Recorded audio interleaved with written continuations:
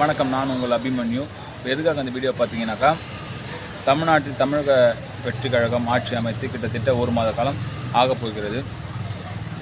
திருச்சியில் அரசு மருத்துவமனையில் வீல்சேர் தள்ளும் ஊழியர் ஒருவர் லஞ்சம் வாங்குவதை கண்டுபிடித்து அவரை வேலை நீக்கம் செய்துள்ளனர்.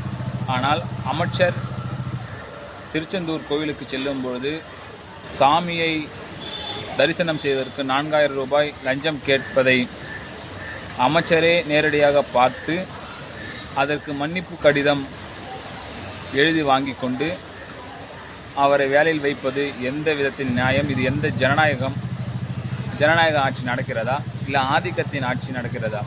கடைநிலை ஊழியருக்கு ஒரு விதமான சலுகைகளும் மேல்மட்ட ஊழியர்களுக்கு ஒரு விதமான சலுகைகளும் இருப்பது போல்தான் தெரிகிறது.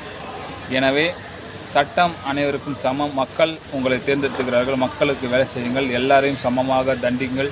எல்லாருக்கும் சமமாக வேலை செய்யுங்கள். நன்றி, வணக்கம்.